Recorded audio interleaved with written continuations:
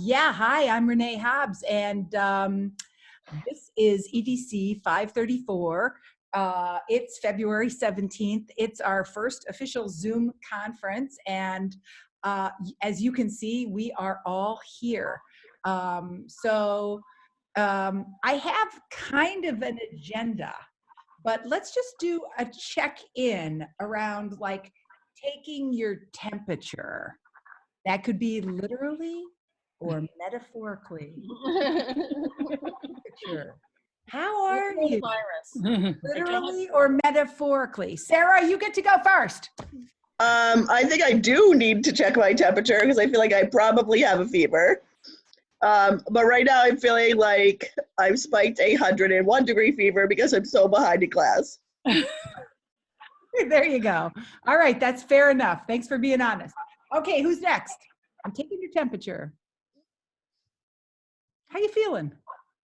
Good. Say more. Good. Oh, am I going? Yep. Literally or metaphorically? Who's next? You go, Alex. Okay. So Mary Kate's on. You're No, in. you. You go. I'm good. I'm great. Loving the concepts, thinking about it a lot now. Like I was watching this silly little BBC PBS documentary thinking about literary hoaxes. So it's seeping in. I loved this week. This week it kind of hit the sweet spot for me. Before I was getting scared, the studies and everything, I was like, oh, holy cow, I am not smart enough for this.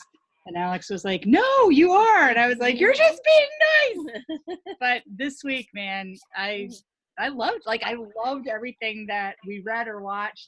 It was really good. And usually I go really fast, like I do everything Saturday and Sunday because I can't during the week. And this week I've been able to take it slow. So maybe that's part of it. Thanks for sharing. I'm taking your temperature literally and metaphorically. How you doing? I'll go.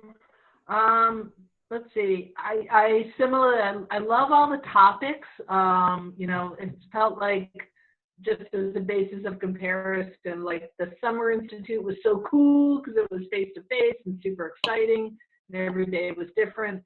And then the fall with Julie was like super cerebral.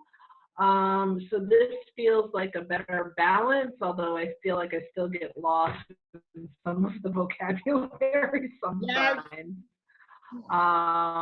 But I'm loving the kind of the way you mix it up. We annotate different kinds of things that we do. So that's, I don't know, I guess I'm normal. That sounds pretty cool. I'm appreciative of the way in which you guys are calling out the vocab, right? What's going on here? There were definitely some words. Like permeability or something.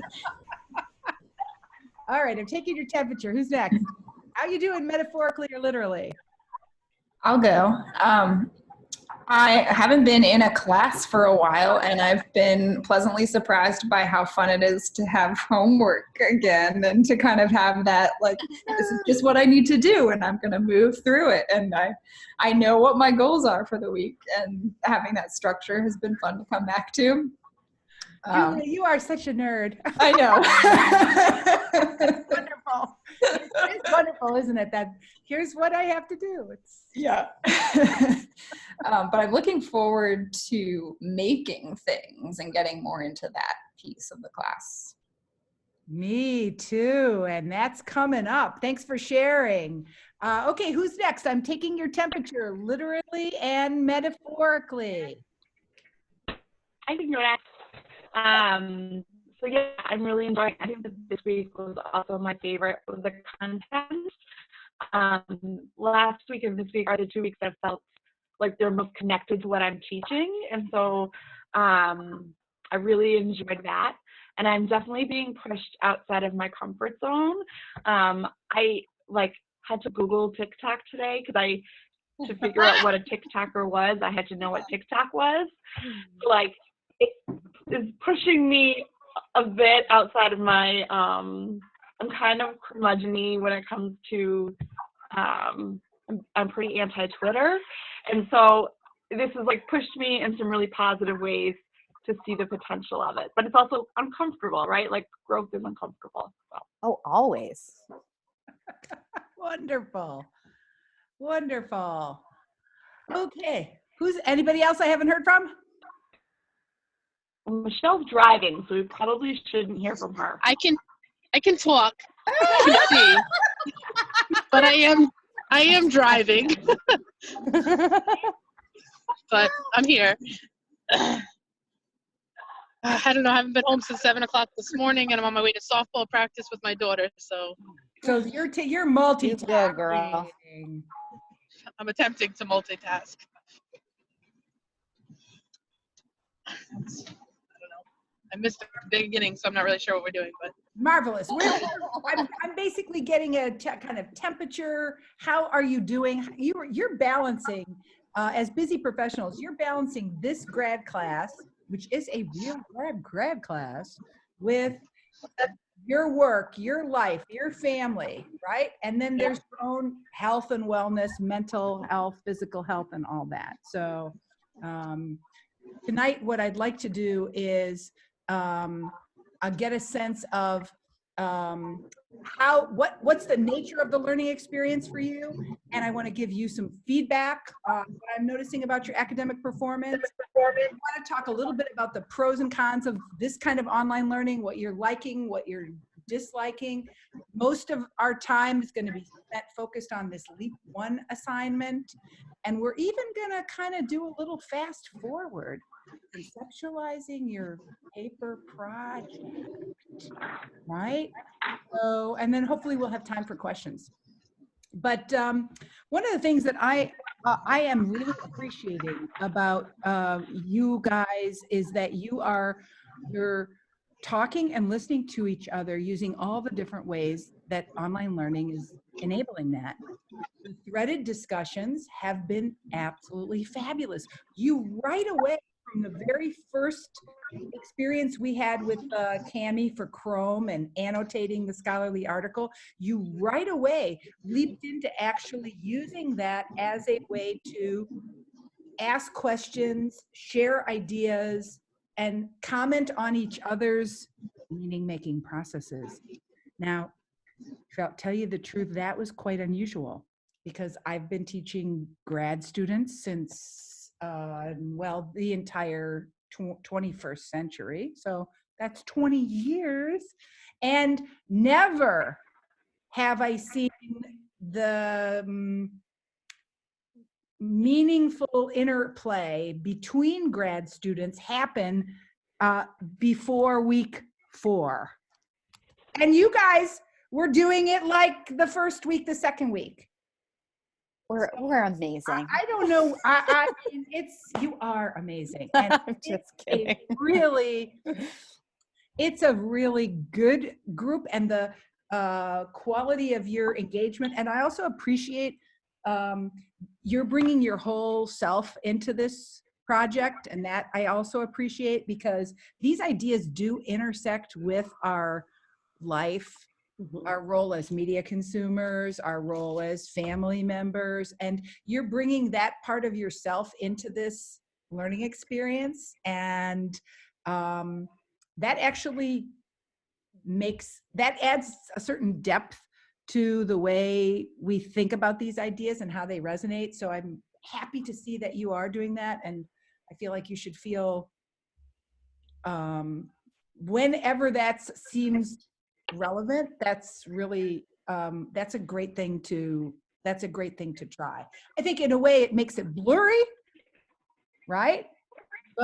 And it's a little bit vulnerable, but it's actually really accelerates, I think, everybody's learning experience, because these ideas do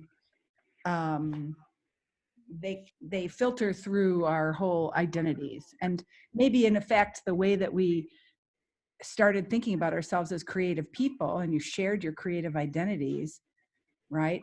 That then for us to talk about identity and now to talk about representation means there is a lot of intimacy happening in the conversation. And yet you call bullshit on bullshit.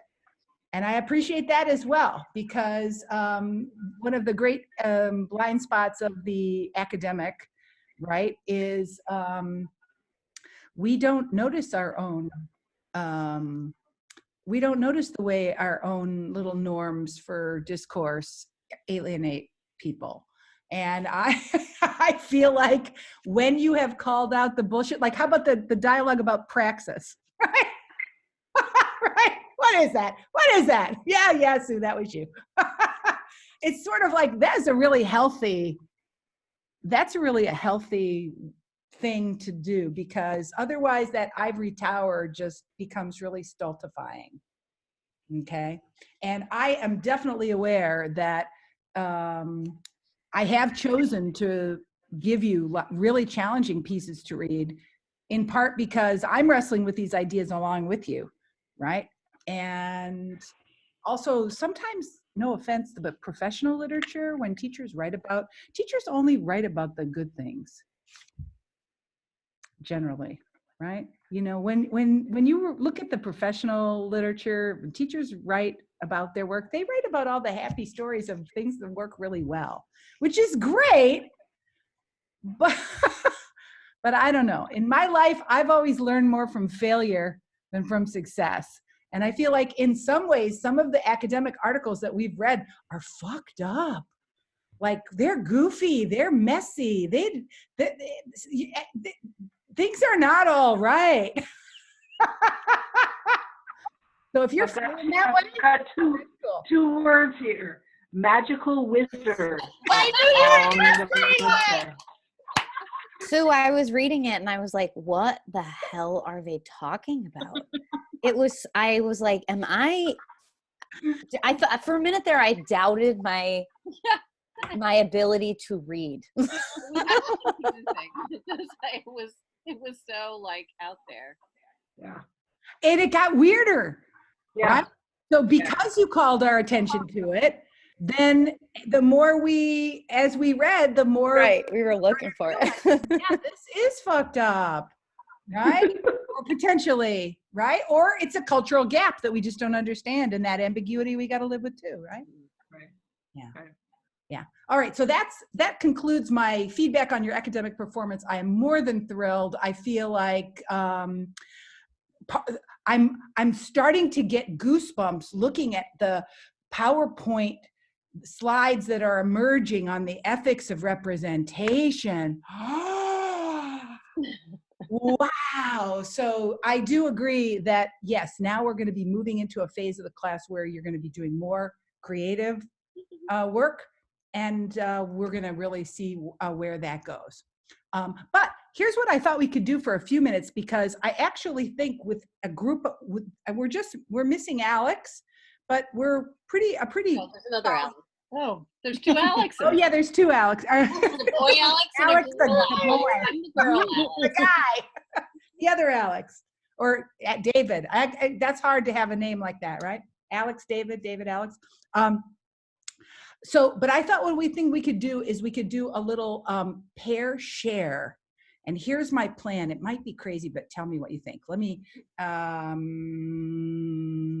open this up here. So here, just to remind you where I am, I'm at the digital authorship page. I put it into the chat room link if you're there. I then went to the calendar and I scrolled down to tonight's thing, Zoom video conference 1. I'm going to place the recording here for Alex. But here's what I think we should do. We'll keep this open, but we're going to tackle 2 questions. It's a Google Doc, open to everybody, and it basically says, with your pair share partner, what ideas have you found yourself thinking about, talking with others about? What ideas have captured your imagination? What ideas are most relevant to your life and work? How does this class have implications for your home and your work? What are you learning about yourself and the people around you? And then, what are the pros and cons of this approach to online learning? So what we're going to do is kind of like an interview. right? And the interview format is that when the other person is talking, you're listening, and you're gonna make some brief notes. Obviously, spelling and time of evening will make those a little sloppy and raggedy, but that's okay. So I see that you're coming on to the page. I guess what I'll do is I'll make a copy of this here, and now I'll pop it into the chat so you can get it directly, right? So if you click that in the chat room, you see down there at the bottom of the page, the chat has shown up. So Barb and Alex, you guys are already dyad partners because you're like actually there, right? So let me see if I can put the rest of you into a chat room now. We're just going to do this for about 6 minutes. So that's just a very top line, what ideas are jumping out at you, and then what about this approach to online learning are you loving and hating? Give me a thumbs up if you get the concept of this little dyad partner thing, the power of two. All right, I'm going to throw you into a breakout room. Let's take a look here. Let's see. I'm going to manually put you into. Oh, who just showed up there? Oh, Michelle, you're back. That's good. And I think that will work. Let me see if I can. Let's try this. Okay. So Julie and Julia, that's a good team. Breakout room 2, Sue and Mary Catherine, that's a good team. Breakout room 3, Michelle and Sarah and me. Open all the rooms. You guys should get the little message there that the breakout rooms are opening. We'll see you back here in 5 minutes. Okay, so Alex and Barb, you guys get to basically mute your microphone and have your own private conversation there. Okay. And then we'll see you back in 5 minutes, okay? Okie doke.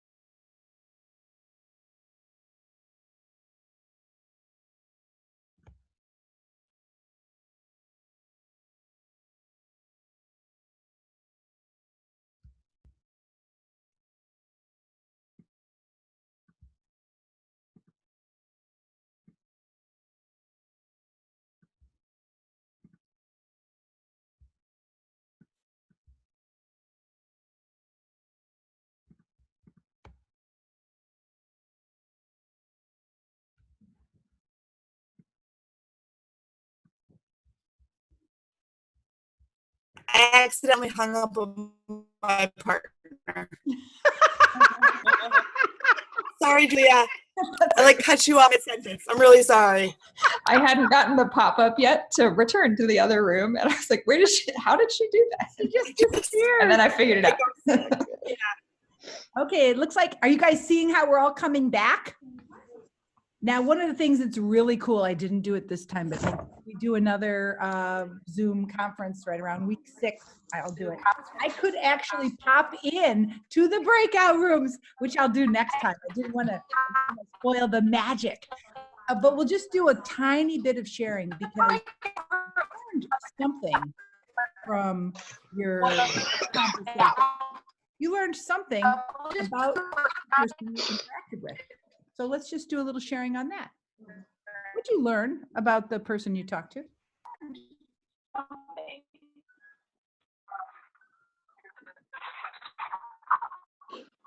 I can go first.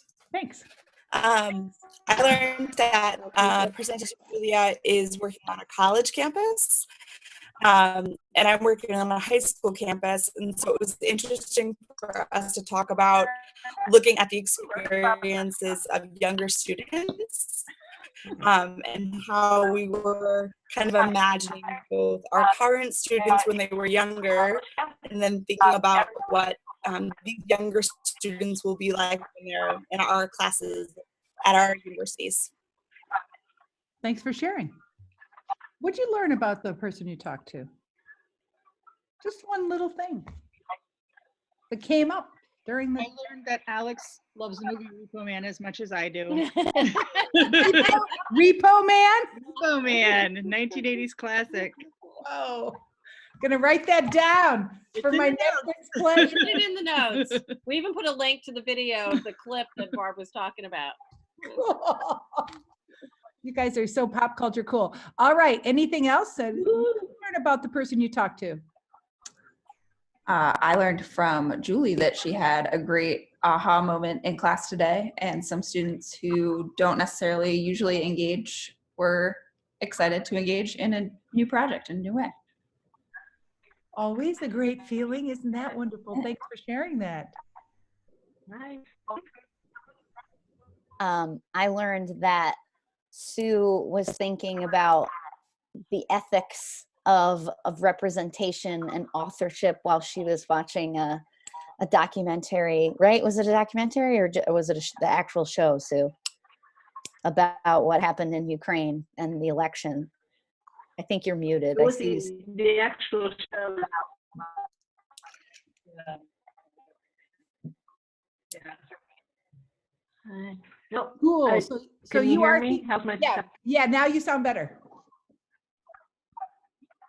It sounds very interesting. Yeah, thank you, Mary. It's so cool. Servant of the People. It's kind of wild to watch it because it's on either Prime or Netflix right now. It's the thing that where Zelensky was the. Anyway, I got off on a tangent.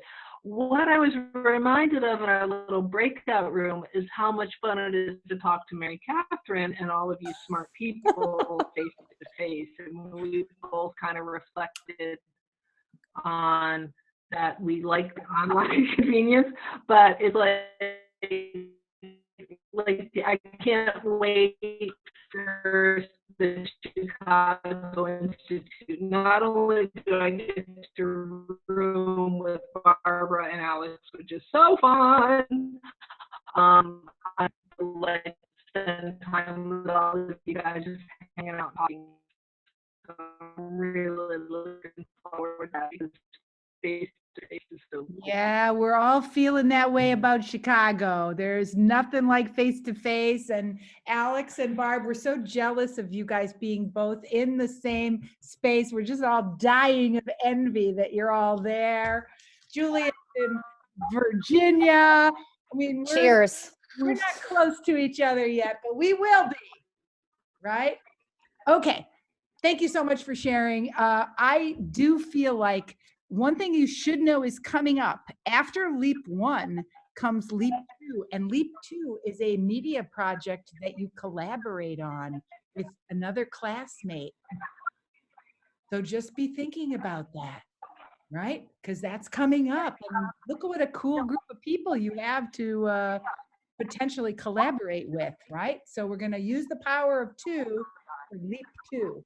But let's take it away on leap 1 because our time is short and I want to make sure to answer all the questions that you might have about that. So you guys have already done a great job of signing up for your leap 1 project. And to tell you the truth, I really want to pull back the curtain on why I'm focusing leap 1 on ordinary creativity. And it's simple. It's a simple thing. We just don't know enough. We just don't know enough about the experience of people who are embracing this identity of a digital author in the YouTube, Instagram, or TikTok context. If you think about it, it just, the literature, the scholarly literature on this is not yet strong enough for us to understand it well. And in some ways, a lot of the ideas that we're exploring and thinking about with Create to Learn may be relevant to the kind of ordinary creativity that these folks are doing. I thought it would be useful for you guys to talk us through a little bit about your reasoning. Here is the list of people that you have been thinking about. Here's the list of people that you have been thinking about making your leap 1 about. Barb, you picked somebody named Francina Simone. Can you tell us a little bit about why her work is interesting to you? Well, I picked her because I Googled Googled YA vloggers because I'm interested in young adult literature, and School Library Journal, which is my Bible, had a list of their top 10 YA vloggers, and she was on it. And so I liked her name, and I looked her up, and she's a young Black woman. She's like in her 30s, and I thought, oh, good, because there's a huge push for diversity and collection development. It turns out she's a super fantasy nerd, and she's a writer. She's a YA writer, and I'd never read any of her books, but I've since gotten them.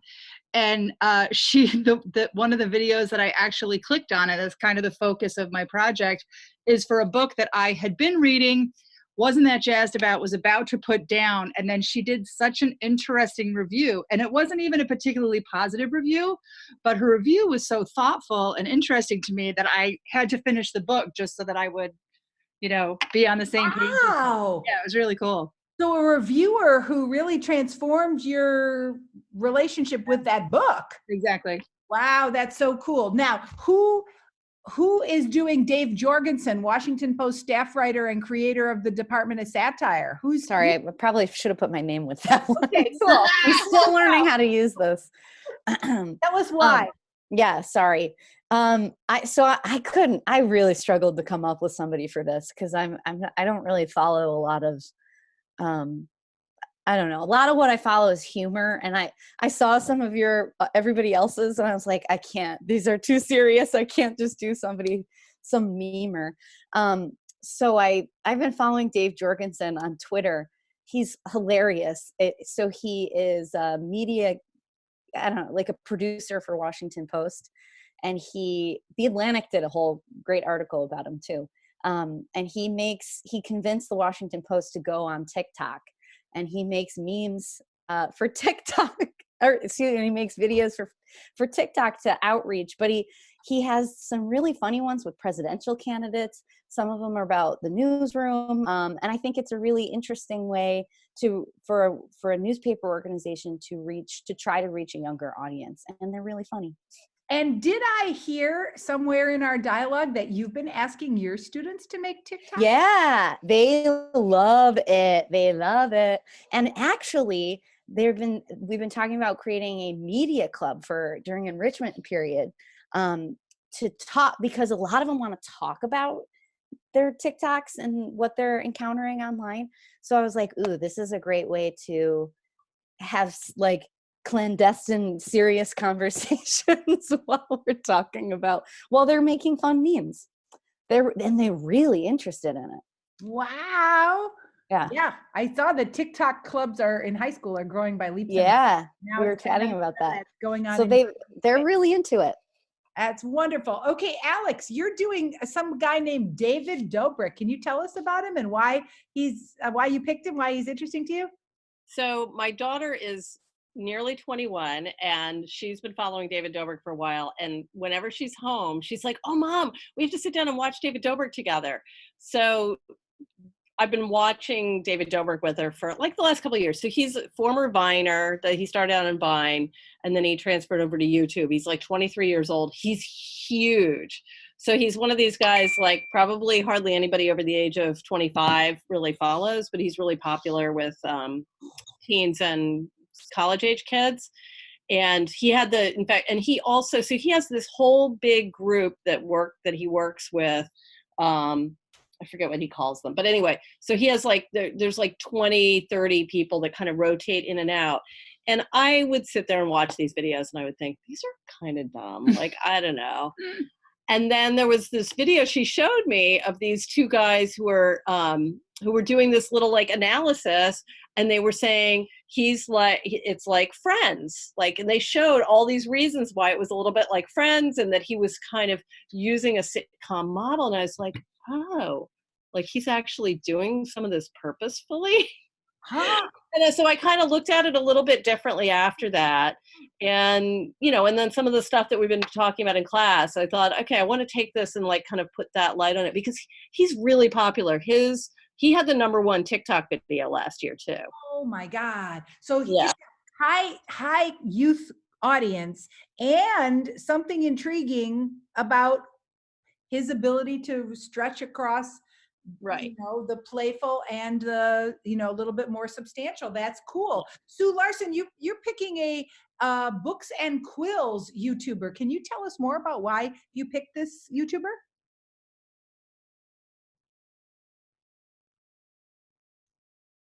There I am. Yeah, she caught my eye. Some of the same reasons that Barbara outlined. We spend our lives in YA as young adult librarians, and there's just like so much to read, and it's great to have a smart reviewer that you can listen to. She was in the publishing business, which is kind of interesting, and then she left that to create this. It's a YA book review as well as like travel. Obviously, she's woven together her loves and she's making a life out of it. So it's kind of like, that monetization of an online persona has kind of got me intrigued. And it's very curated. So it's like, it's beautifully kept, but what's the reality? She has so I'm kind of looking at her Twitter feed and looking at everything else and her voice and all of that. Is it consistent? Is it, it's just, I don't know. It's kind of fun. She caught my eye. Cool. And of course, the YA, the whole idea of monetizing your interest in reading, like, let's be honest, that is intriguing. Right? That is intriguing. All right, Julia, you picked the Nerd Rider or Jenny Nicholson. Tell us your thoughts about why these are your top choices. Yeah, so I'm a big Harry Potter fan, and so I was interested in finding someone talking about Harry Potter. So both of these are kind of art and cultural criticism kind of accounts, but they're very different takes, and I'm having trouble deciding between them. Nerd Writer is much more like, oh, look at all these beautiful things. This is so exciting. And he uses lots of shots from movies and kind of talks about them.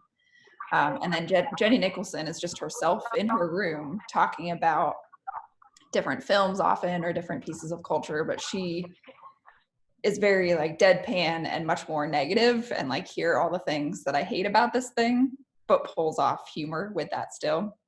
So it feels like kind of a choice between someone who is humorous, but also a more negative spin on things, and someone who maybe doesn't do as interesting or weird things, but is a more positive. Oh, it's almost an existential crisis. No wonder you're having trouble picking. Okay, but in any case, they're unified by either way. It's going to be a Harry Potter Yes. fan. Yes. Okay, so you can't almost make a bad choice. Either Right. one of those is going to be fascinating, Right. right? I'm just going to have to pick. You're just going to have to pick. I'd say coin toss is always a good way when you come right down to that. So, Julie, I see that you are thinking about doing a political candidate. Can you tell us more about what you're thinking about or who might be your target? So my students and I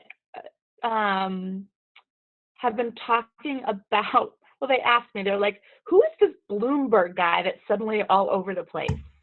And I don't know if it's just here in Michigan, but he is truly all over the place. But they found him through social media. And so I don't use Instagram. I don't really ever know what TikTok is.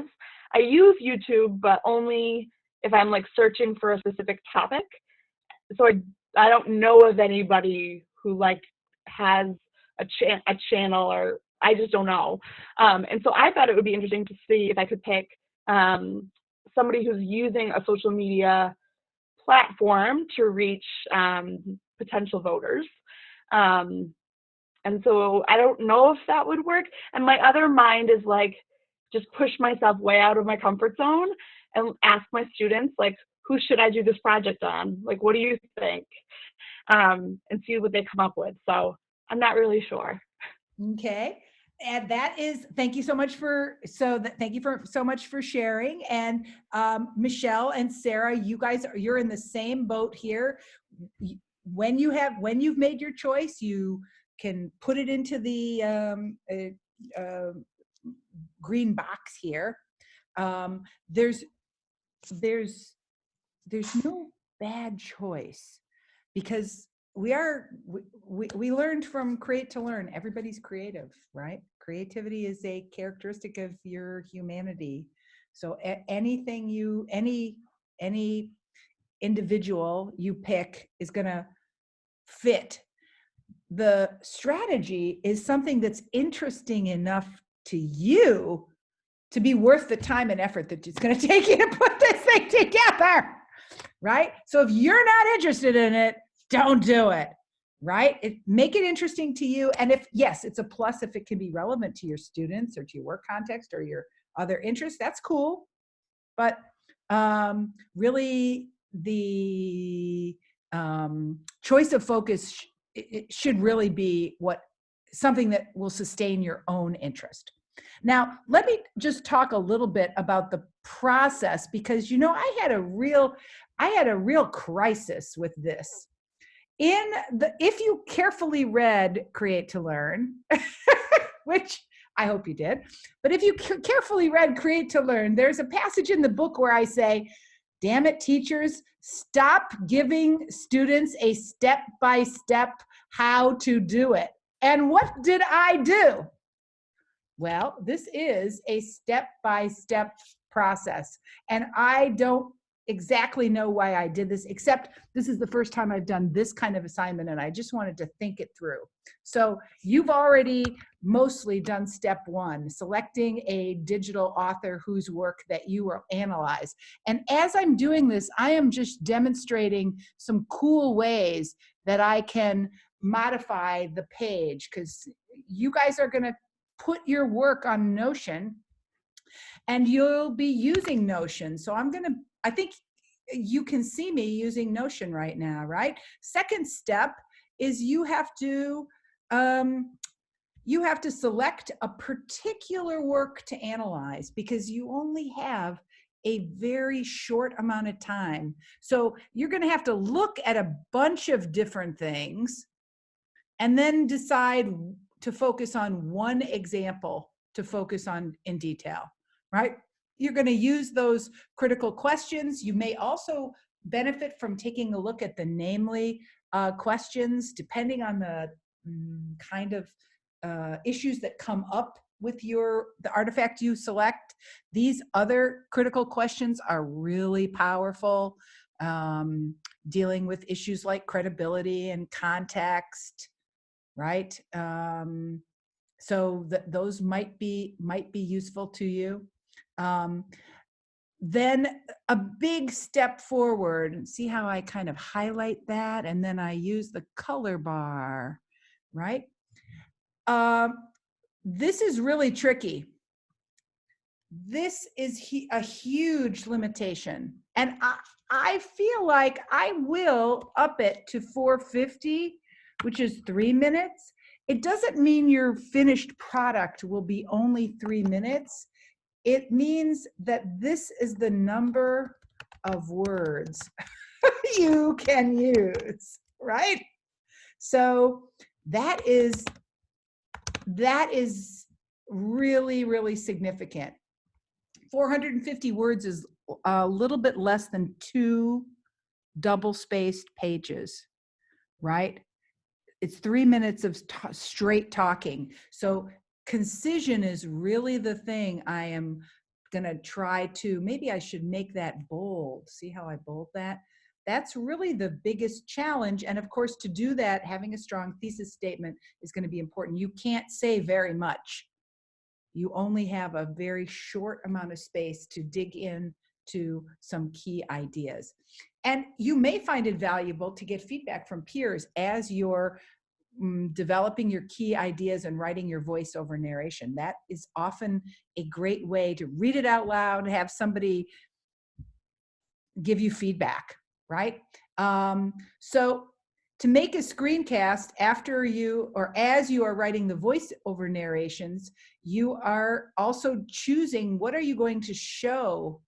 What are you going to show the viewer, right? And so you're going to be using some images from your computer screen, right? And you will probably you could use a mixture of still and moving images, or you could use only still images or only moving images. You're going to have to think strategically about how to do that. But here's the really important part. Because the rehearsal means that it's going to take, you're going to have to take some practice. This is not a great project to wait until the night before, right? That is a sure way to make yourself crazy, right? So I would suggest make a practice screencast so you're familiar with the technology. Then by the time you get around to make your screencast, you can feel a little bit complicated. You're going to be uploading and sharing that to Gmail, and you can make that be public or unlisted. And you're going to be posting it right here, back at the main page, where it says completed student work. Completed student work, Leap 1 completed projects. So if you click on your name, Julie, I'm going to I just opened your page there. Basically, Notion is super easy to use. You just start typing. And if I want to add a cover, I can let Notion tell me that, oh, is that Peter Bruegel? Yes, I can let Notion tell me that Peter Bruegel is your cover, or I can use a solid color, or I can upload my own image, or I can link to an online image, or I can use Unsplash and type in comedy and put in an image from the digital collection, right? And I can reposition that image pretty easily. What I really, what did I do wrong there? Reposition that image pretty easily. I'm gonna, make it go like that. One of the things that's really cool about images, that Notion is built on this idea of blocks. So when you click, you add a block, and you can add a heading, right? How? You can add an image. You can add an image. It's like the plus button lets you You can add a quote, you can add a divider, you can add a call out, you can add a table, you can add a calendar, you can add an image really, really easily. Oh, there's a picture of me when I was doing my, I don't know what that was, some kind of conversation. So you can add images super easy. On your page, we go back to the specifications of the assignment, is your finished screencast and a short essay where you talk through the creative process, reflecting a little bit on the choices you made. Wow. Oh my God. You're making a screencast. It should be a lot of fun. What questions do you have? You're analyzing and creating. Quick question. Yeah. Does it, can I use iMovie? I know it's not a screencast. Can I use screencast and iMovie to edit? I'm a little bit. Absolutely. Okay. Use whatever technology you want to use. And then do we have to be in it? Like, does our face have to be? Okay. have to be in it. Whew, just my voice. You decide whether you want to put yourself in a little box in the corner. Okay. Whether you want to make yourself a full screen like a vlog, or Okay. whether you want to just let it be really pretty pictures and videos. Okay. Thank you. I bet a lot of people benefited from that question. Julie has a question. I do. So the screencast, I get that. And then are we using Notion for the reflection? Yes, Notion will hold your video, and underneath it will be the reflection. So the entire package will be on. Okay. Right? Good question. So glad you asked it. What other questions do you have?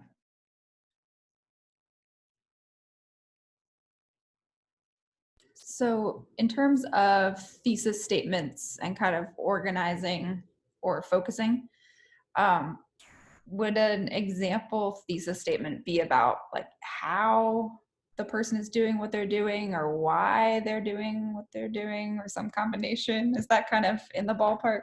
Yeah, in some ways, those are two great ways to address the kind of ordinary creativity that you're seeing on display. How are they doing it? Why are they doing it?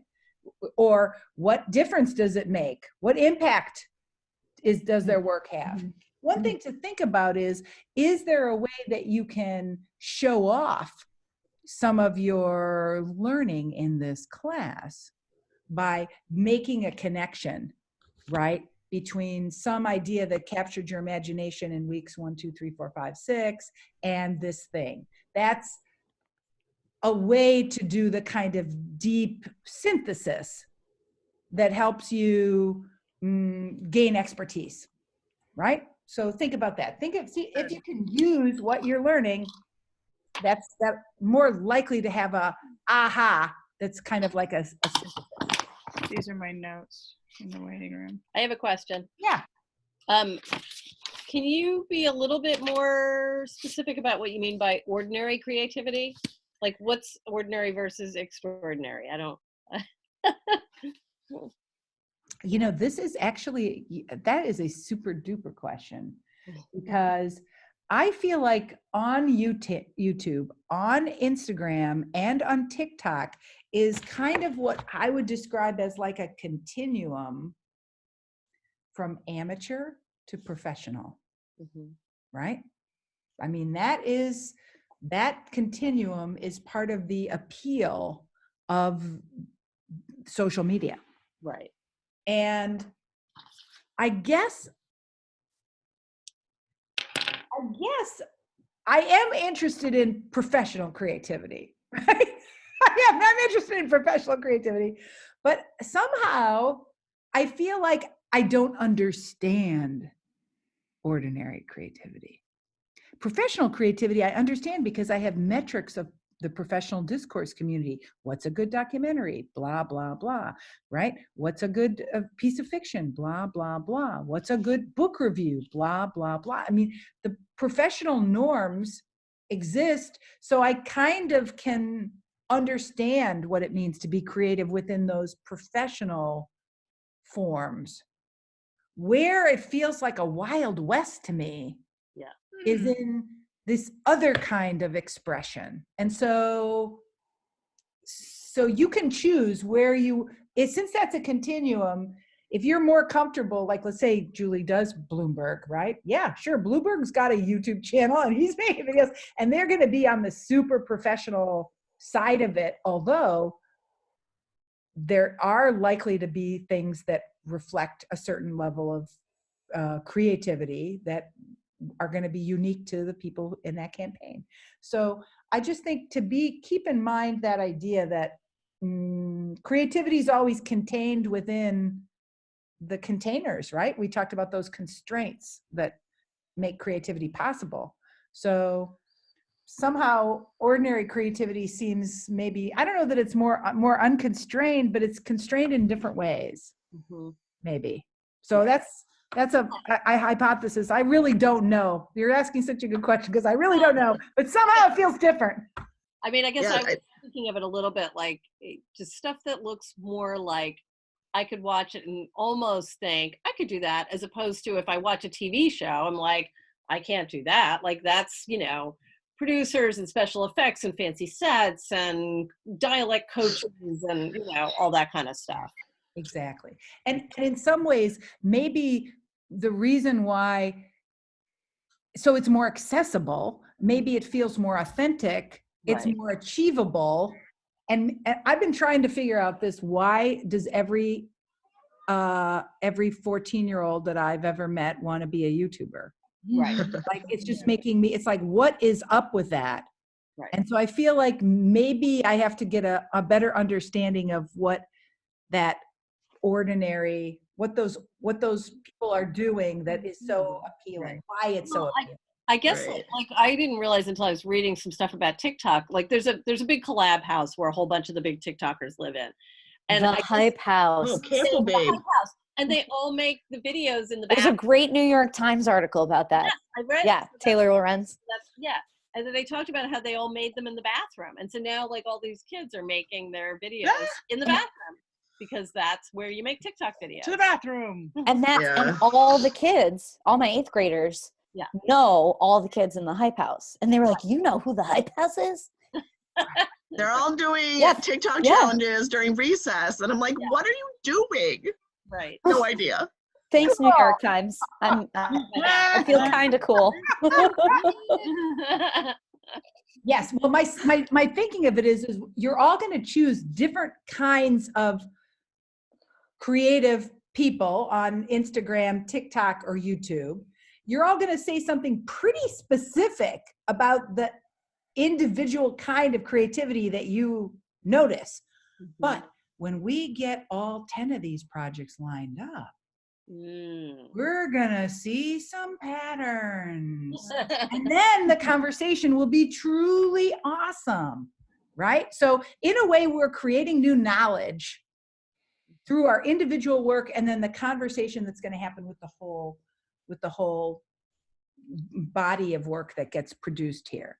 I don't know, that seems crazy. It might not work. I think it's gonna work because you guys are itching to create, and it's been clear so far that you have got the high level critical analysis thing down like Flynn, right?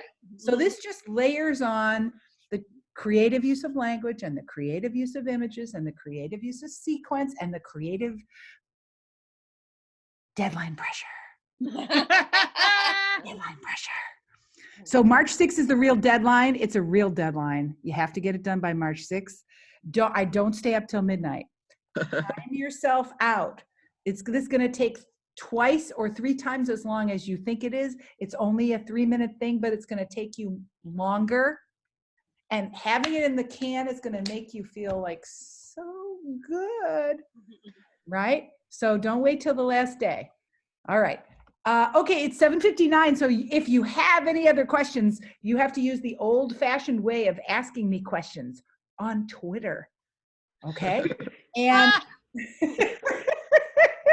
and we will try, now that we know that this night generally is a good night, hopefully, for us. We'll do this again in 3 weeks or so. So we're doing it the week 4, we'll do this at week 7, and then we'll do this at week 11, because obviously it's not face-to-face, but it's awfully fun to hang out with you ladies. Okay, cool. All right, so how about if we do a waving goodbye in the Zoom way? Okay, so, but here's how we're gonna do it. We're waving goodbye with the growth fingers. See how the growth fingers are growing? See if you can make your fingers grow. All right, you rock. Mwah, mwah. I'll see you next time. Bye-bye. Thank you, Renee. Thanks, everybody. Bye, good night.